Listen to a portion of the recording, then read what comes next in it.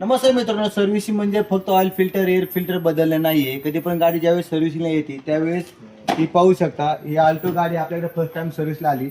हे गाडीचा calliper pin आहे का, कधी पण कॅलिपर पिनामध्ये प्ले किती आहे किंवा कॅलिपरला आवाज आहे की नाही, सस्पेन्शनला हात मारला पाहिजे, टेरिंग रॅक पण चेक केलं पाहिजे, टायर फिरून बेरिंग पण नॉईज करते की नाही हे पण पाहिलं पाहिजे.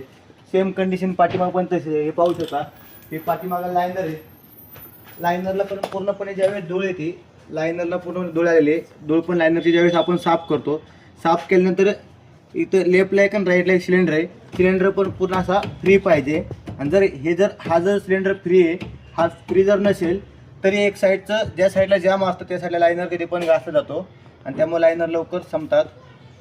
मागचं पण सस्पेन्शन तसंच चेक केलं पाहिजे. मागचं सस्पेन्शन लिकेज नाही पाहिजे. ॲप्रॉनचे बुश वगैरे हे पूर्णपणे चेक केलं पाहिजे. शॉर्टकट सर्व्हिसिंग केल्यानंतर कधी पण प्रॉब्लेम काय होतो, रनिंगमध्ये बेरिंग आवाज मारतं, पुढचा बेरिंग आवाज मारतो. त्यामुळे शक्यतो सर्व्हिसमध्ये जनरल चेकअप पूर्ण केलं पाहिजे. असे नवीन व्हिडिओ पाहण्यासाठी पेजला लाईक करा, फॉलो करा.